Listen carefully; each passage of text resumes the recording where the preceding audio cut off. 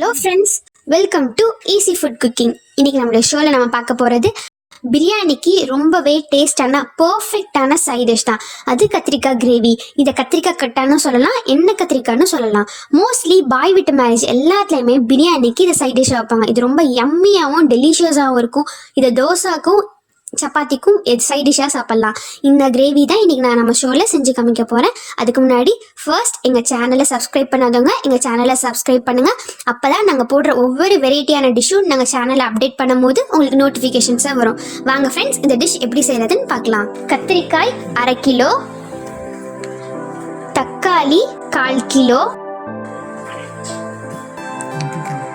சின்ன வெங்காயம் 1/4 கிலோ, மஞ்சள் தூள் 1/4 டேபிள் ஸ்பூன், மிளகாய் தூள் 2 டேபிள் ஸ்பூன், புளி கரைச்சல் சிறிதளவு,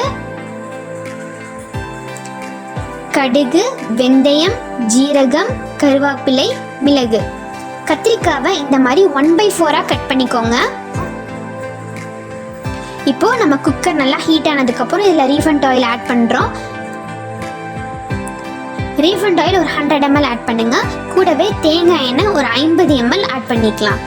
இப்போ எண்ணெய் நல்லா காஞ்சு வந்ததுக்கப்புறம் இதில் நம்ம கடுகு, வெந்தயம், கருவேப்பிலை, மிளகு எல்லாமே ஆட் பண்ணிக்கலாம். வெந்தயம் 1/4 டேபிள் ஸ்பூன் மட்டும் ஆட் பண்ணுங்க.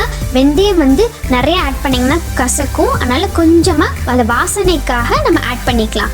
இப்போது வெங்காயம் நான் மிக்சியில் மீடியமாக அடித்து வச்சுருக்கேன். ரொம்ப கட் பண்ணி போடாதீங்க. கட் பண்ணி போட்டால் அது டேஸ்ட் நல்லா கிரேவி மாதிரி திக்காக இருக்காது. நீங்கள் லேசாக அடித்து போட்டிங்கன்னா நல்லா திக்காக கிரேவி நல்லா சூப்பராக இருக்கும். இப்போது இந்த வெங்காயம் நல்லா பொன்னிறமாக வதங்கணும். இந்த கத்திரிக்காய் கிரேவி சப்பாத்திக்கு தோசைக்கெலாம் ரொம்ப சூப்பராக இருக்கும். பிரியாணிக்கு இது ஒரு பர்ஃபெக்ட் சைட் டிஷ்ஷாக இருக்கும்.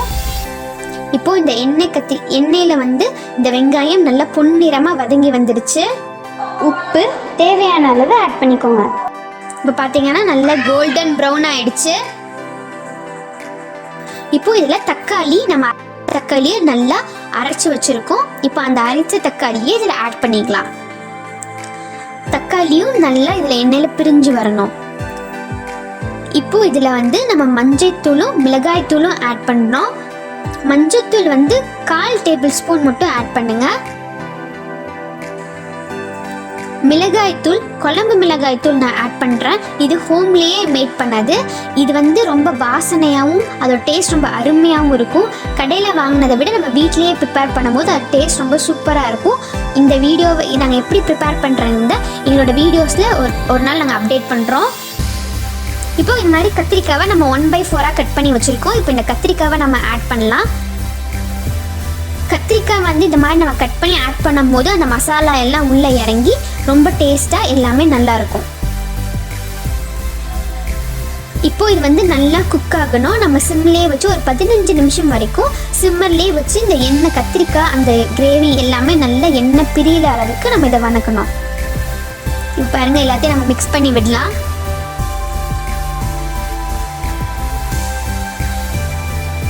இப்போது இந்த மசாலா கூட நம்ம எல்லாமே மிக்ஸ் பண்ணி விட்டுருக்கோம். கத்திரிக்காய் நல்லா அந்த எண்ணெயில் அரை பதத்தில் வெந்திருக்கும். எண்ணெய் பிரிஞ்சு வரணும்.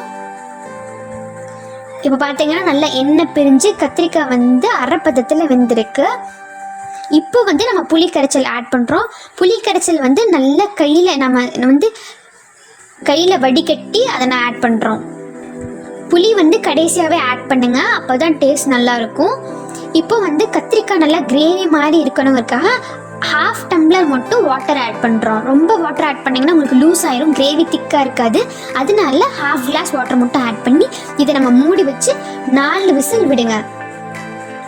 இப்போ இது 4 விசில் விடும்போது உங்களுக்கு கத்திரிக்காயும் அந்த போட்டிருக்க இன்க்ரீடியன்ஸ் எல்லாமே நல்லா குக் ஆகி எண்ணெய் பிரிஞ்சு ரொம்ப சாஃப்டாக சாப்பிட்றதுக்கு சூப்பராக இருக்கும். இப்போ இது 4 விசில் வந்தாச்சு. இப்போ ஓப்பன் பண்ணி பார்க்கலாம். அதோட ஃப்ளேவரே ரொம்ப சூப்பராக இருக்குது. இப்போ பார்த்தீங்கன்னா நம்ம கத்திரிக்காய் நல்லா வணங்கி எண்ணெய் பிரிஞ்சு வந்திருக்கு. ரொம்ப பார்க்க சூப்பராக இருக்குது. இப்போ இதில் நல்லா கத்திரிக்காய் ரொம்ப சாஃப்டாக வெந்திருக்கு. இதில் வந்து எக்கு பாயில் பண்ணி நீங்கள் ஆட் பண்ணிங்கன்னா இன்னும் ரொம்ப சூப்பராக டேஸ்ட் ரொம்ப நல்லாயிருக்கும். இது பிரியாணிக்கு ஒரு சூப்பரான காம்பினேஷன். எக் வித் கத்திரிக்காய் கிரேவி பிரியாணி, இது 3 நீங்கள் வச்சு சாப்பிட்டிங்கன்னா ரொம்ப சூப்பராக ரொம்ப டெலிஷியஸாகவும் யம்மியாகவும் இருக்கும். கண்டிப்பாக நீங்களும் உங்கள் வீட்டில் இதை ட்ரை பண்ணுங்கள். உங்கள் கமெண்ட் எங்கள் கமெண்ட் பாக்ஸில் போஸ்ட் பண்ணுங்கள். எங்கள் வீடியோ பிடிச்சிருந்துச்சுன்னா லைக் பண்ணுங்கள், ஷேர் பண்ணுங்கள், சப்ஸ்கிரைப் பண்ணுங்கள். தேங்க்யூ ஃபார் வாட்சிங்.